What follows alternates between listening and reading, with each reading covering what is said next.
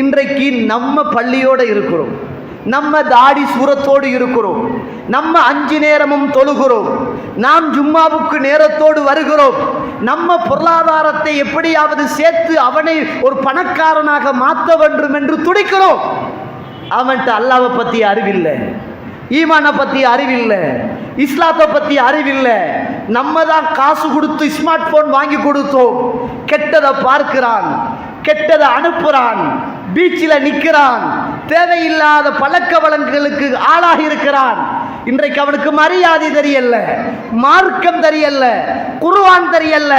இத்துணைக்கும் வாப்பா பெரிய தாயி, வாப்பா பெரிய அல்லாமா, வாப்பா மற்றவங்களுக்கு பேசினா அப்படி பேசுவாரு, வாப்பாக்கு மார்க்கம் அத்தப்படி, மற்ற பிள்ளைகளுக்கு வாப்பா திட்டுவாரு, தண்ட பிள்ளைய மறந்துடுறாரு. தண்ட பிள்ளைக்கிட்ட ஈமானிய பலகீனம் இன்னும் சரியான முறையில் அது சீர் செய்ய முடியாமல் துடிக்கிறாரு. ஆனா உலக விஷயத்துல மாஷா அல்லாஹ் வாப்பா கேட்ட துவா அப்படி நிக்குது. மார்க்க விஷயத்துல இன்னும் புள்ள ஜீரோவுல நிக்கிறான். இல்லாம ரஹிமல்லா, அல்லாஹ் அருள் செய்தவர்களை தவிர. கண்ணியத்துக்குரிய இஸ்லாமிய உறவுகளே, அல்லாஹ்வுடைய நல்லடியார்களே, எத்தனையோ பிள்ளைகளுக்கு நாம் மௌத்தாகினவுடனே மரணித்ததற்கு பிறகு தொழுகையில் 3வது தக்பீரில் ஓத வேண்டிய அந்த துவா கூட இன்னும் தெரியாத பிள்ளைகளாகத்தான் நம்மட பிள்ளைகள் இருக்கிறாங்க. இத்துடைக்கு நம்ம ஒரு பயான விடுறல்ல, ஒரு நிகழ்ச்சியை விடுறல்ல, ஒரு தொழுகையை விடுறல்ல, எல்லாத்திலையும் நாங்க மாஷா அல்லாஹ் நல்லா இருக்கிறோம். எங்கட வீட்டு சூழல், எங்கட மனைவியுடைய சூழல், எங்கட பிள்ளைகளுடைய சூழல் இன்றைக்கு ஈமானிய, இன்றைக்கு வறுமையோடு உலகத்தில் வாழ்ந்து கொண்டிருக்கின்ற ஒரு சூழலாகவே இருக்கிறது. இந்த எழுப்பப்படுதல் என்ற இந்த நம்பிக்கை இருக்குத்தானே, இது ஈமான்ல ஒரு பெரிய விஷயம். இது சாதாரண விஷயம் அல்ல. நம்ம எல்லாருக்கும் பயப்படுற அதுதானே தோழர்களே. இன்றைக்கு நம்ம மூத்தாகிட்டோம்னு சொல்லுங்க, நம்ம மூத்தாகினா இந்த மண்ணோடு மண்ணாகி உக்கி போய் புழுகுண்டா பரவாயில்லை, எழுப்பப்படுவோமே தோழர்களே. அந்த கபருக்குள்ள உசுறு வருமே தோழர்களே. நம்மளை கொண்டு வச்சிட்டு நம்மட பிள்ளைகளும் உறவுகளும் நடந்து போகிற போது அவர்கள் நடந்து போகின்ற பாதணி ஓசை காதுக்கு கேட்குமே தோழர்களே. வானவர்கள் வருவார்களே. அந்த ஒரு எழுப்பப்படுதல் என்பது மிக பயங்கரமான ஒன்று. அது இல்லைன்றா இந்த உலக வாழ்க்கையா மர்ம வாழ்க்கையா என்ற பிரச்சனையே இல்லை. அதுதான் பிரச்சனையே. நம்ம எழுப்பப்படாம மண்ணோடு மண்ணாகி உக்கி போனால் பிரச்சனை கிடையாது. எழுப்பப்படுவோம், உயிர் வரும், கபருக்குள் உட்கார வைக்கப்படுவோம் என்பதுதான், அதுதான் பயப்பட வேண்டிய ஒரு இடம். இது மட்டுமல்ல, அல்லாஹ் ரப்புல் ஆலமீன் இந்த மீண்டும் எழுப்பப்படுதல் என்பது இது அல்லாஹ்வோடு சம்பந்தப்பட்டது. ஈமானும் ஒரு உயர்வான இடத்தில் உள்ளது. ரசூலுல்லாஹி ஸல்லல்லாஹு அலைஹி வஸல்லம் இருக்கிறாங்க. ஒரு யூதன் வாரான். எப்படி வாரான் என்றால், யூதன் ஒரு முள்ளுத்துண்டு, இறந்து போன ஒரு முள்ளுத்துண்டை எடுத்துக்கொண்டு வாரான். இறந்து போன முள்ளுத்துண்டை எடுத்துக்கொண்டு வந்து ரசூலுல்லாஹி ஸல்லல்லாஹு அலைஹி வஸல்லம் அவர்களுக்கு முன்னால இறந்து போன முள்ளை அப்படியே கசக்கி உண்டு ஊதுகிறான். முள்ளு இறந்து போனால் எப்படி இருக்கும்?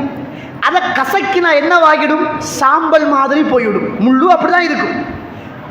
எரிக்கப்பட்ட முள்ளை எடுத்து இப்படியே கசக்கி ஊதிவிட்டு ரசூலுல்லாஹ்ட்ட கேட்கிறான், யா ரசூலுல்லாஹ் முஹம்மதே ஸல்லல்லாஹு அலைஹி வஸல்லம், அல்லாஹ் ரப்புல் ஆலமீன் இந்த உக்கி போன முள்ளு துண்டிலிருந்து மீண்டும் மனிதனை அல்லாஹ் எழுப்புவானா? மீண்டும் மனிதனை அல்லாஹு தஆலா எழுப்புவானா? இது அல்லாஹ்வோடு சம்பந்தப்பட்டது. ரசூலுல்லாஹ்வுக்கு விஞ்ஞானம் தெரியாது. முள்ளுல இருந்து மனுஷன் வாரானா அல்லது மனுஷன்ல இருந்து முள்ளு வருகிறதா, இது ரசூலுல்லாஹ்வுக்கு தெரியாத ஒன்று. அவர் உம்மி நபி, அவருக்கு இந்த சயின்ஸ், இந்த அறிவுகள் எல்லாம் கிடையாது. அல்லாஹ் தஆலா எதை படித்து கொடுக்கிறானோ அது மாத்திரமே தெரியும். இது இறைவனோடு, இறைவனுடைய படைப்போடு, எழுப்புதலோடு, கபரோடு, மறுமையோடு சம்பந்தப்பட்ட ஒரு விடயம் என்பதனால் அல்லாஹ் ரப்புல் ஆலமீன் இதற்கு பதில் சொல்லுகிறார். வதரப லனா மஸலன் வனசிய ஹல்கா. சூரத்துல் யாசினில 79 80வது வசனத்தில் அல்லாஹ் ரப்புல் ஆலமீன் சொல்கிற போது, வதரப லனா மஸலன் வனசிய ஹல்கா, மனிதன் நமக்கு உதாரணம் காட்டி இந்த முள்ளு துண்டிலிருந்து மீண்டும் மனிதன் எழுப்பப்படுவானா என்று கேட்கிறான். குல், நபியே சொல்லுங்கள், யுஹீ அல்லதி அன்ஷாஹ அவ்வல மர்ரா, இந்த முள்ளு துண்டை எவன் ஆரம்பமாக படைத்தானோ அவனே மீண்டும் இறந்து போன இந்த முள்ளு துண்டிலிருந்து அவன் எழுப்புவான் என்ற செய்தியை சொல்லுங்கள். சுபஹானல்லாஹ். இன்றைக்கு நம்ம சூரத்துல் யாசீனை வச்சிருக்கிறது கத்தம் போத 3 அங்கத்தம் 7 அங்கத்தம் 40 அங்கத்தம் இருட்டு கத்தம் ஆண்டு கத்தம் ஆவணி கத்தம் இதுக்கு தான் நம்ம வச்சிருக்கிறது. அல்லாஹ் அந்த சூறாவுல சொல்லுகிற போது மீண்டும் இறந்து போன உக்கி போன முள்ளு துண்டிலிருந்து அல்லாஹ் ரப்புல் ஆலமீன் அந்த மனிதனை எழுப்புவான் என்ற செய்தியை நீங்கள் சொல்லுங்கள் என்று அல்லாஹு தஆலா அல் குர்ஆனிலே சொல்லித் தருவதை பார்க்கிறோம். கண்ணியத்துக்குரிய இஸ்லாமிய உறவுகளே, நம்ம ஏன் ஈமான படிக்கணும்? ஏன் ஈமானிய பலத்தோடு இருக்கணும்? ஏன் ஈமானிய பலவீனத்தை அறிந்து கொள்ளணும்? ஏன் ஈமானிய பலவீனத்தை சரி செய்யணும்? என்ன காரணம்? நாங்கள்லாம் கபூர்ல கொண்டு போய் வைக்கப்பட்டதற்கு பிறகு நாங்கள் எழுப்பப்படுவோம். அங்கு கேள்விகள் கேட்கப்படும். அந்த கேள்விகளுக்கு சரியான பதில் அளிக்கப்படுமாக இருந்தால் அதற்கு பின்னால் வருகின்ற எல்லா விசாரணைகளும் வெற்றியான விசாரணைகளாக இருக்கும்.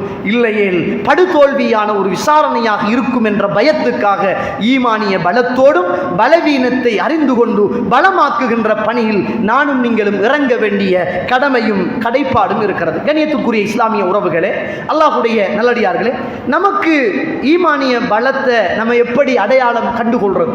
இன்னைக்கு எல்லாருமே உடல் ரீதியான நோய்களுக்கு நிறையவே பிரயத்தனத்தை எடுத்துக்கொள்கிறோம். ஒரு மனுஷனுக்கு சுகர் வந்துட்டும் என்று சொன்னா ஓடாதவன் கூட காலையில் ஓட ஆரம்பிக்கிறான். நடக்காதவன் கூட நடக்க ஆரம்பிக்கிறான். கண்ட நின்ற உணவுகளை எல்லாம் திண்டு வாழ்ந்தவன் கட்டுப்பாடோடு வாழ ஆரம்பிக்கிறான். என்ன மெலிஞ்சிருக்கீங்க என்று கேட்டா இப்படி யாரும் கேட்கக்கூடாது தானே, சும்மா மனசில் அந்த நோய் வந்து போகுது தானே. இன்னைக்கு சும்மா மெலிஞ்சாலும் கேட்குறாங்க, கொழுத்தாலும் கேட்குறாங்க, ஆளால் பேசிக்கொள்றாங்க. இது தேவையில்லாத கேள்விதான், அது வேற பிரச்சனை. நோயாளியாக இருக்கிறவனை பார்த்து என்ன சுகரா மெலிஞ்சிருக்கீங்கன்னா அவனுக்கு சும்மாவே கற்பனை வந்து ஐயோ நம்ம உரமா மெலிஞ்சிட்டோம் முன்னாலையும் பின்னாலையும் கண்ணாடியை சுத்தி சுத்தி பார்க்கிறான். அது தேவையில்லாத கேள்விதான். ஆனால் உடல் ரீதியான ஏதாவது ஒரு பாதிப்பு வந்தால் தொடராக மருந்தெடுக்கிறோம், வைத்தியரை நாடுகிறோம், அதை கட்டுப்படுத்துவதற்கான முயற்சிகள் செய்கிறோம், ஜிம்முக்கு போகிறோம், பீச்சுக்கு போகிறோம், ஓட ஆரம்பிக்கிறோம், எக்ஸசைஸ் செய்ய ஆரம்பிக்கிறோம், மருந்துகளை எடுத்துக்கொள்கிறோம், மாத்திரைகளை எடுத்துக்கொள்கிறோம், எதுல சைட் எஃபெக்ட் இல்லாதது என்று யோசிக்கிறோம், எது நல்லது எது கெட்டது என்று மருந்தை படிக்க ஆரம்பிக்கிறோம், கூகுள்ல தேடுறோம்.